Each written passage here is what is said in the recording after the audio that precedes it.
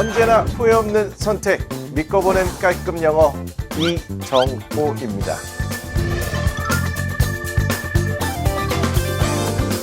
명쾌한 어휘와 명확한 지문 분석, 문제풀이를 통한 실전 능력 향상, 시험에 전략적으로 접근하세요.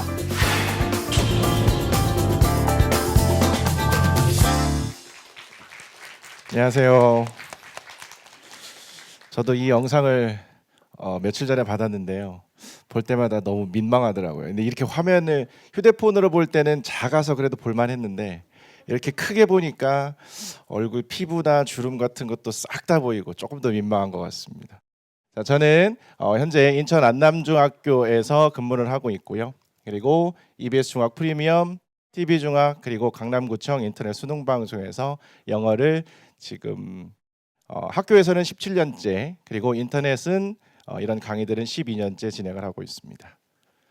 자, 여러분들 이제부터 영어와 관련돼서 어휘, 문법, 그리고 구문의 순서로 진행을 하게 될 텐데요. 지금 어휘, 문법, 구문을 들으셨습니다. 이 얘기를 딱 들었을 때 뭔가 두렵거나 걱정되거나 이런 마음이 드십니까? 아니면 설레이거나 이런 분들은 거의 없을 것 같은데 끝나고 났을 때는 어떤 느낌인지 한번 보도록 하겠습니다. 자, 먼저 어휘인데요. 어휘 학습의 키워드는 반복입니다. 여러분들 공부를 하는 과정에서 반복 정말 힘들고 싫어하죠. 그런데 반복이라는 것은요, 할지 말지 고민할 대상이 아니라 어떻게 할지를 고민하셔야 됩니다. 자, 김연아 선수가 선수 시절에 본격적인 훈련을 하기 전에 1시간 정도 스트레칭을 했다고 합니다. 그런데 주변에서 이렇게 질문을 했어요. 김연아 선수 이렇게 스트레칭을 할 때 재미없는 과정인데 무슨 생각을 하면서 스트레칭을 하십니까? 그랬더니 답이 이렇게 나왔어요. 생각은 무슨, 그냥 하는 거지. 이게 스트레칭은 굉장히 중요한 거기 때문에 이런 것들을 할지 말지 고민하지 않고요. 그냥 아무 생각 없이 반드시 해야 되는 그런 과정이라는 겁니다. 이게 모든 과정에서 반복은 다 마찬가지긴 할 텐데 특히나 어휘 학습에서 반복은 필수고요. 절대로 이 어휘를 반복할지 말지 고민하지 마시고 그냥 하셔야 됩니다. 그런데 그냥 하실 때도 어떻게 반복하는 것이 효율적인지 이 방법은 함께 고민하는 것이 좋을 것 같습니다. 자, 일단 기본적으로 어휘책을 한 권 정하세요. 그리고 말씀드릴 게 하나 있는데요. 적으시는 분들 계시거든요. 적으셔도 괜찮고요. 휴대폰을 꺼내셔서 사진을 찍으셔도 괜찮을 것 같습니다. 자, 일단 어휘책을 한 권 정하는데요. 이렇게 얘기를 하면 매번 질문하십니다. 어떤 책을 골라야 하죠?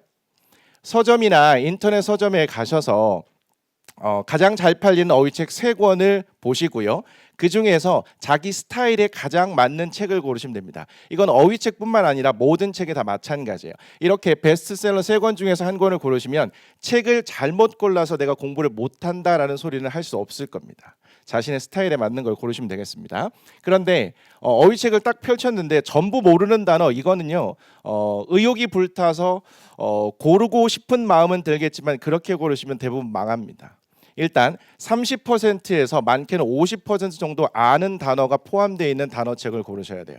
그래야 중간중간에 공부를 하다가 아는 단어 나오면 반갑기도 하고 그리고 부담이 적기 때문에 그 한 권을 끝낼 가능성이 높아지는 거거든요.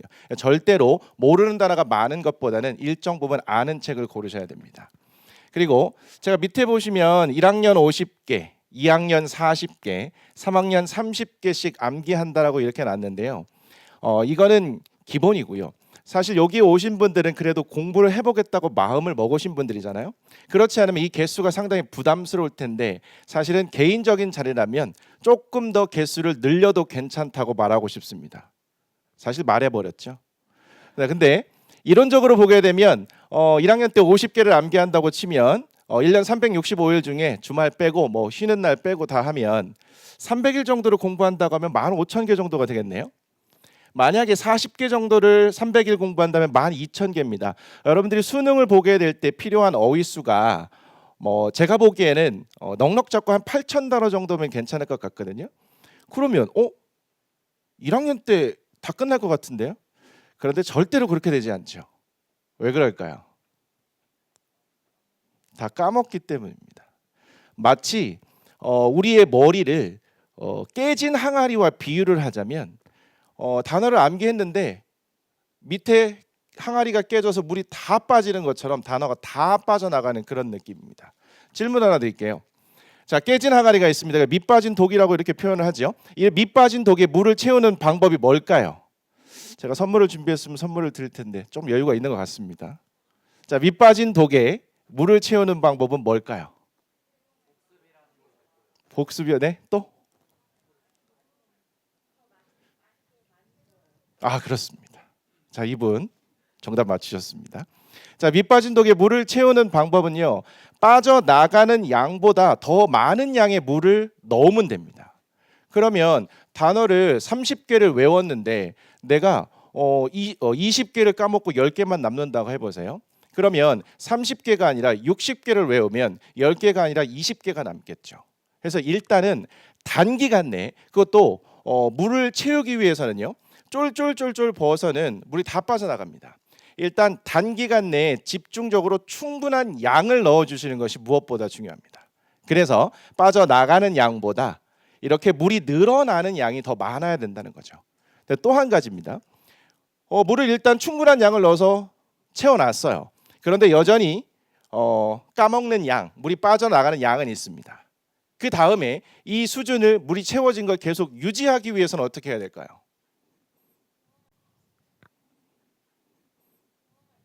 구멍을 막습니까? 만약에 뇌인데 빠져나가는데 이 귀를 막아야 될까요? 왼쪽 귀, 오른쪽 귀. 자, 어쨌든 네, 네. 아, 제가 어제도요. 제가 우리 학교 학생들한테 질문했더니 이거 물 속에 담궈요. 이렇게 말하더라고요. 아주 훌륭한 방법입니다. 실제로 과학과 관련돼서는 그렇게 하면 좋겠죠. 근데 우리 뇌를 어떻게 욕조에 담궈야 할까요? 충분히 제가 공감합니다. 그만큼 영어 단어 학습이라는 환경 속에 나를 푹 담근다는 의미로 충분히 이해해 볼 수 있을 것 같아요. 그런데 물을 일단 충분한 양을 넣어서 채웠습니다. 그 다음부터는요, 그렇게 많은 양을 넣을 필요는 없고요, 빠져나가는 양만큼만 채워주시면 계속 가득 차게 될 겁니다. 그래서 여러분들이 이제 곧 방학이죠. 방학 기간에는요, 충분한 양을 집중적으로 넣어주세요. 한 권을 정하셨으면 방학 기간 동안에 여유 있게 방학 기간에 처음부터 끝까지 한 번을 보셔도 괜찮고요. 조금 더 의욕이 불타신다면 책 한 권을 방학 기간 동안 2바퀴 돌리실 것을 추천드리겠습니다. 괜찮을까요? 자, 그리고 나서 이제 학기 중이 되면 이제 다른 것들이 할 게 많기 때문에 이것 그만큼 방학 기간만큼 공부를 할 수 없습니다. 그때는요, 빠져나가는 양만큼 유지를 한다는 마음으로 방학 기간보다는 좀 적은 양을 꾸준히 학습해 주시는 것이 좋습니다. 근데 멈추면 쭉 빠져나갑니다. 그렇기 때문에 처음부터 다시 채우려면 또 충분한 양의 시간을 들여서 많이 넣어야 되니까 그런 고생을 하지 마시고 중간중간 끊임없이 하루에 몇 단어라도 꾸준히 넣어주시길 부탁드리겠습니다. 자, 구체적인 방법을 조금 더 가르쳐 드릴게요. 자, 한 시간에 꼼꼼히 한 번을 보는 것보다 여러 번 반복해서 보는 것이 훨씬 더 효과적입니다. 자, 한 시간을 기준으로 가볍게 예시 한번 드려드릴게요. 1단계는 5분 정도를 투자하는 겁니다. 정확한 시간은 아니고요, 대략적인 시간을 보시면 돼요. 일단 아는 것과 모르는 것을 구분합니다. 그 과정 속에서 일단 한 번을 쭉 보게 돼요. 그리고 나서 2단계는 20분 정도를 투자해서 모르는 것만 집중적으로 암기합니다. 개인적인 암기 방식을 투자하시면 좋겠고요. 검색을 하시면 얼마든지, 그리고 단어 강의 보시면 단어를 학습하는 방법들이 소개가 되고 있으니까요. 그런 자신만의 방법을 사용해서 집중적으로 암기하는 겁니다. 그리고 나서 3단계는 시험을 보죠. 그러면 분명히 틀린 게 있을 겁니다. 그 틀린 것만 또다시 집중적으로 암기를 하시고요. 그리고 나서 그 단어책에 문제들이 포함이 되어 있을 거거든요. 그 문제까지 푸시면 1시간 정도의 1단계부터 5단계까지 거치는 사이에 5번을 보게 되는 겁니다. 한 번을 꼼꼼히 보는 것보다 덜 꼼꼼히 5번을 보는 게 훨씬 더 효과적이라는 거. 교육학 이론에 따르면요, 내가 어떤 단어를 완전히 내 것으로 만들기 위해서는 의도하지 않은 상황에서 20번 정도를 마주쳐야 한다고 합니다. 이렇게 5번 보시고요, 인강도 들으실 거고 학교 수업도 들으실 거고, 그리고 개인적으로 공부를 하는 과정 속에서 이런 어휘들을 자연스럽게 마주칠 수밖에 없어요. 이렇게 마주쳐서 어쩔 수 없이 그게 기억이 날 수밖에 없게 만드는 것이 바로 어휘학습의 전략입니다. 그리고 그 과정은 기본적으로 반복이라는 것이 베이스로 깔려 있다는 거죠. 괜찮을까요?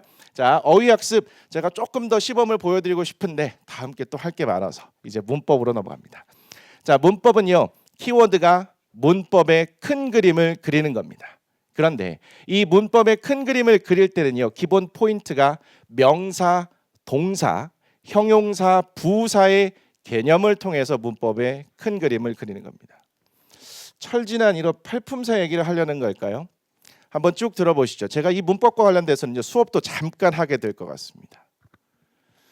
자, 문법은 일단 지금부터, 지금이 몇 학년이든 상관이 없습니다. 지금부터 1년 안에 3회 반복을 하셔야 됩니다. 역시 문법도 반복이 기본 베이스죠. 지금부터 개학 전까지 한 번, 그리고 여름방학 때 한 번, 그리고 겨울방학 때 또 한 번입니다. 그러면 1년에 3번을 보게 되는 거죠. 이것도 마찬가지로요. 길게 지루하게 1년을 목표로 삼으면요. 처음에 공부했던 거 나중에 가면 다 까먹습니다. 일단 밑 빠진 독에 물을 채우는 것처럼 집중적으로 한 달 만에 쫙 끝나세요. 절대로 이렇게 한 번 보는데 완벽하게 봐질 수가 없습니다. 아무리 유능한 강사, 교사라도 그리고 작가라도 한 권에 모든 내용을 다 담을 수 없고요. 그리고 강좌도요. 1강부터 중요한 내용들을 다 설명하고 갈 수가 없습니다.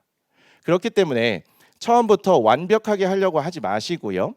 한 달을 목표로 잡았다면 그 정해진 계획에 따라 1회독을 해주시고요.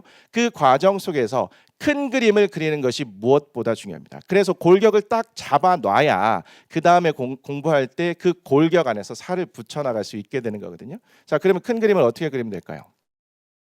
자, 팔품사 오형식 얘기 나왔는데요. 일단 오해를 풀기 위해서 제가 또 오형식, 문장이 몇 형식인지 판단하는 이런 것과 관련된 얘기를 하려고 하는 게 아닙니다. 자, 어떤 문장이 몇 형식인지 판단하는 것은요. 시험 문제에 나오지도 않고요. 공부 자체에도 크게 도움은 안 됩니다. 그럼에도 불구하고 오형식 자체는요. 문장 구조를 판단하는 데 있어서 큰 그림을 그리는 데서 상당히 중요한 의미를 갖습니다. 자, 일단 팔품사 볼게요. 간단하게 정리하면 팔품사는 단어의 8가지 종류입니다. 그리고요. 오형식은요. 문장의 5가지 종류예요. 자, 수없이 많은 단어들을 놓고 공통적인 특징을 갖고 있는 단어들끼리 분류를 했더니 8가지가 나오더라. 이게 팔품사입니다. 자, 문장의 오형식은요. 수없이 많은 영어 문장들을 놓고 공통된 구조를 가진 것끼리 분류를 했더니 5가지가 나오더라. 이게 오형식입니다. 물론 사람에 따라서는 형식이 더 많게도 보긴 하지만 우리나라 환경에서 오형식으로 보통 하죠. 자, 그런데 팔품사는 명사부터 감탄사까지 이렇게 있습니다. 지금 학습을 하실 필요가 없어요. 외우실 필요 없고요. 흐름이 어떻게 되는지만 보시면 됩니다. 자, 밑에 오형식 문장의 5가지 종류인데 이 오형식을 구성하는 요소가 주어, 수어 혹은 수어 동사나 동사를 우리나라 환경에서 많이 표현합니다. 자, 그리고 보어가 있고요. 그 다음에 목적어가 있네요. 자, 공통점을 찾아보시면 팔품사는 모두 사로 끝난다는 거고요. 밑에 보시면 오형식을 구성하는 요소들은 모두 어로 끝난다는 겁니다. 중요한 포인트는 자, 우리가 단어를 외울 때 품사를 같이 암기하는데 이러한 단어들이 오형식 문장의 어 자리에 들어간다는 겁니다. 자, 어떻게 들어가는지 볼게요. 자, 1형식은 주어 수로, 2형식은 주어 수로 주격 보어, 3형식은 주어 수로 목적어, 4형식은 주어 수로 간접 목적어, 직접 목적어, 5형식은 주어 수로 목적어, 목적격 보어로 나와 있습니다. 그렇죠? 이 5형식을 구성하는 요소들이 이겁니다. 그런데 제가 말씀드렸던 것처럼 이 어 자리에 사가 들어간다고 그랬죠. 넣어볼게요. 이렇게 변했습니다. 주어 자리는요. 명사가 들어가 있고요. 그리고 수어 자리는 동사가 들어가 있습니다. 그리고 보어 자리는요. 이렇게 명사나 형용사가 들어가 있고요. 목적어 자리는 명사가 들어가 있습니다. 쏙 들어가 있죠? 자, 여기서 중요한 포인트 하나는요. 자, 영어는 주어와 수어로 시작한다는 거. 그리고 수어 다음에 어떤 말이 나오는가에 따라서 형식이 구분이 된다는 겁니다. 자, 수어를 기준으로 왼편에 있는 것이 주어고요. 오른편에 있는 것이 보어 아니면 목적어다. 이렇게 간단하게 단순화시켜 볼 수 있겠네요. 자, 어쨌든 이 5형식 문장 전체의 5가지 종류라고 했는데 이 자리에 이렇게 사가 들어가는 말이 보이고요. 얘를 추출해 봤더니 명사, 동사, 형용사만 딱 남게 됩니다. 그리고요. 여기에 부사가 보이는데 이 오형식 자리 여기저기에 부사라는 양념이 들어가서 문장이 좀 더 세련돼지고 길고 복잡해지긴 하는 거지만 기본적인 틀은 위에 보는 명사, 동사, 형용사 세 가지로 딱 정리가 되죠. 그럼 문법을 공부할 때는요. 이 사실 명사, 동사, 형용사 세 가지를 중심으로 공부하시면 돼요. 근데 실제로 문법을 대부분 다 조금씩은 접근해 보셨을 텐데 문법 책에 저거 말고 상당히 어려운 용어들, 문법들 많던데요. 그렇습니다. 잠시 집중 좀 하실게요. 자, 명사, 동사, 형용사, 부사가 하는 일을 적어놨는데요. 지금 암기는 하실 필요는 없습니다. 자, 명사가 하는 일은 주어, 보어, 목적어, 자리에 들어갑니다. 그리고요, 동사는 수, 단수, 복수라는 거, 그리고 시제, 시간 표현이죠. 자, 태라는 것은 능동태, 수동태를 말합니다. 자, 그리고 조동사라는 것을 한꺼번에 담당할 수 있습니다. 그리고 형용사는요, 명사를 수식하거나 보어, 자리에 들어가요. 그리고 부사는 형용사, 다른 부사, 동사, 문장 전체를 수식하는 역할을 한다고 합니다. 자, 이 베이스를 잡고 이렇게 한번 보도록 할게요. 자, 명사는요, 옆에 보시면 투부정사, 동명사, 그리고 접속사 that, whether, if 이런 것들이 보이고요.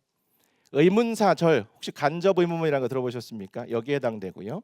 관계대명사 what이 보이고 있습니다. 여러분들이 문법책 목차에서 보셨던 그 내용이죠. 그런데 이 모든 것들이 명사에 들어가 있습니다. 이름은 다르지만 그리고 길이는 다르지만 얘네들은 모두 명사라는 공통점을 갖고 있어요. 이렇게 생각하시면 편합니다. 자, 밑에 보시면 자동차 있고 버스 있고요, 기차 있습니다. 얘는 이름과 모양은 다릅니다. 공통점이 하나가 있죠. 운송수단, 탈 것이라는 거죠. 그렇습니다. 자, 위에 명사에 속해 있는 애들은요, 이름은 다 달라요. 그런데 얘는 명사 친구들이고요. 결국 얘가 본질적으로 하는 일은 모양과 길이는 다르지만 얘는 주어 자리, 보어 자리, 목적어 자리에 들어간다는 겁니다. 제가 이따 큰 그림을 한꺼번에 보여드릴 겁니다. 자, 두 번째, 형용사 보니까 투부정사, 분사, 관계대명사, 관계부사, 전치사, 관사 이런 것들이 들어가 있네요. 얘네는 공통적으로 다 뭐라고요? 형용사입니다. 기본적으로 명사를 수식하거나 보어 자리에 들어간다는 것이 큰 그림이에요. 자, 부사 보면 투부정사, 분사, 구문, 전치사, 접속사 이런 것들이 보이네요. 자, 보니까 명사, 형용사, 부사에 모두 투부정사 들어가 있죠. 그래서 우리가 문법책을 보면 투부정사의 명사적 용법, 형용사적 용법, 부사 용법 하는데 얘가 결국 명사로도 부사로도 형용사로도 쓰인다는 그런 얘기가 되겠고요. 결국은 이 명사, 형용사, 부사라는 기본 개념 안에 이 모든 것들이 다 들어간다는 겁니다. 지금 사진 찍으셨을 텐데요. 집에 있는 문법책의 목차를 한번 봐보시기 바라겠습니다. 이 목차들에 없는 문법들이 아마 거의 없을 겁니다. 특수구문을 제외하고는요. 그리고 밑에 있는 동사 이런 거 가볍게 일단 한번 봐주시고요. 큰 그림 한번 그리겠습니다. 자, 영어는 기본적으로 주어와 동사로 시작을 하죠. 자, 주어 자리에 아까 뭐 들어간다고 그랬죠? 명사 들어간다고 그랬습니다. 명사 친구들이 이렇게 쭉 들어갈 수 있어요.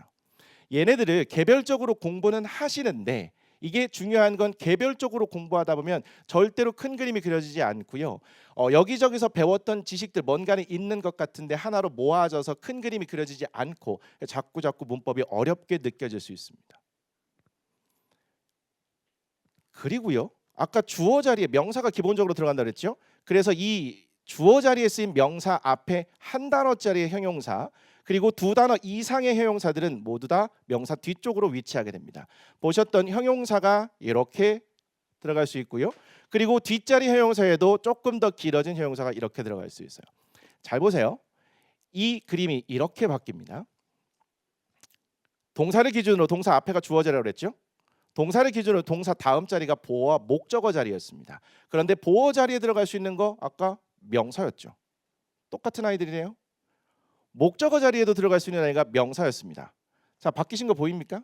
목적어 자리에도 똑같이 이 아이들이 들어가고 있습니다. 그러면 결국 우리가 문장 전체를 놓고 공통적인 특징을 갖고 있는 것끼리 분류를 했더니 5가지가 나오더라. 그게 5형식인데 5형식을 들어가 봤더니 결국은 명사, 동사, 형용사가 기본이라는 겁니다.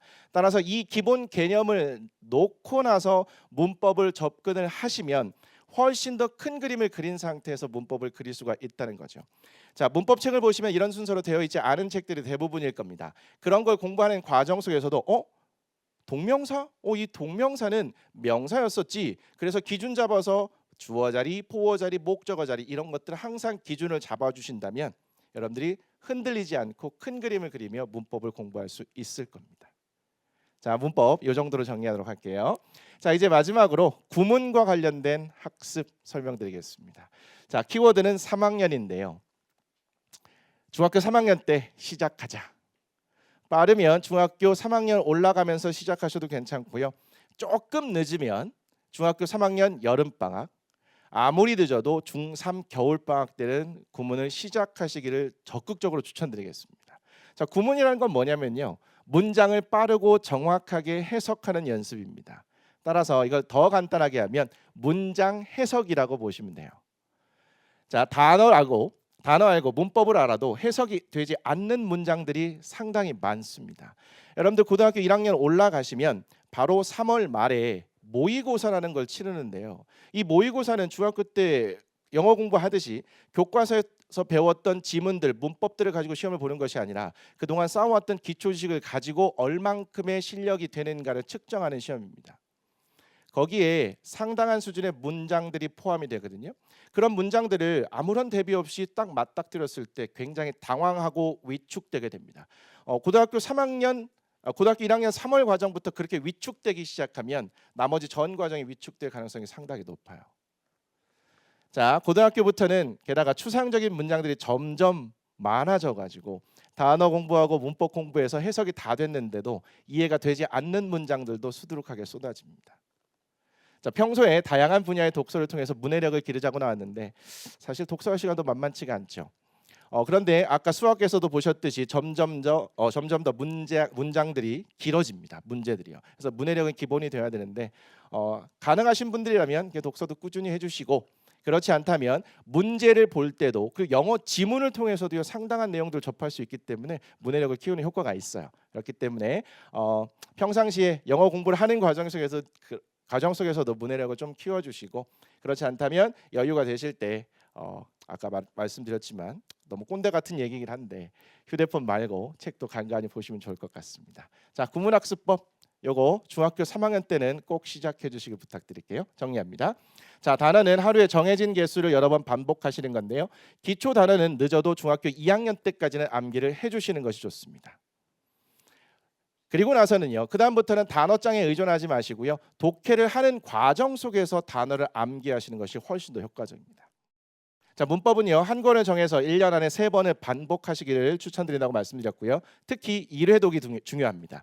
처음부터 끝까지 정해진 계획에 따라서 완강하시는 것이 매우 중요해요. 일단 처음부터 끝까지 끝낸 사람은요. 다음에 또 다시 뭔가를 시작할 때 끝낼 가능성이 상당히 높아집니다. 일단 성취감을 맛봤기 때문에 그리고 나는 해낼 수 있다는 사실을 해낼 수 있다라는 사람이라는 것을 확인했기 때문에 그 다음에 또 다시 한 권의 책을 끝낼 가능성이 상당히 높아지는 거죠. 자, 명사, 동사, 해용사, 부사의 개념을 통해 큰 그림을 그리자는 말씀드렸고요. 자, 구문은 역시 마찬가지로 한 권을 정해서 1년 안에 3번 반복하는 것을 추천드립니다. 자, 이때는요. 구문을 할 때는 해석 연습하는 거기 때문에 문법 자체에 포인트를 두지 마시고 빠르고 정확한 해석에 집중해 주시는 것이 좋을 것 같습니다. 자, 중학 프리미엄의 추천 강좌 몇 개 보여드릴게요. 단어 주니어 능률 복화도 있고요. 뜯어먹는 영단어 많이 들어보셨던 것들이죠. 자, 이거 말고도 홈페이지에 들어가시면 분류가 잘 돼 있을 겁니다. 자, 문법 저도 보이네요. 중학영문법 3,800제. 제가 3학년, 2학년을 했습니다. 자, 그다음에 독해 과정도 쭉쭉 보이네요. 리딩 튜터 쭉쭉 읽어라 리딩 바이트 이것도 있고요. 자, 밑에 보시면 천일문 있습니다. 많이들 들어보셨을 겁니다. 구문 책이고요. 옆에 보면 매삼영도 이게 구문 관련된 거니까요. 다 카테고리별로 잘 준비되어 있습니다. 원하시는 것들 찾아 들으시면 좋겠습니다. 자, 이건 영작과 관련된 건데요. 문법이 쓰기다 거침없이 라이팅도 있으니까 이런 것도 한번 둘러보시면 좋겠습니다. 자, 마지막입니다. 준비를 잘하면 두려움은 설렘이 된다고 합니다. 여러분들 EBS 중학 프리미엄과 함께 잘 준비하셔서 설레는 새학년 맞이하시기 바라겠습니다. 감사합니다.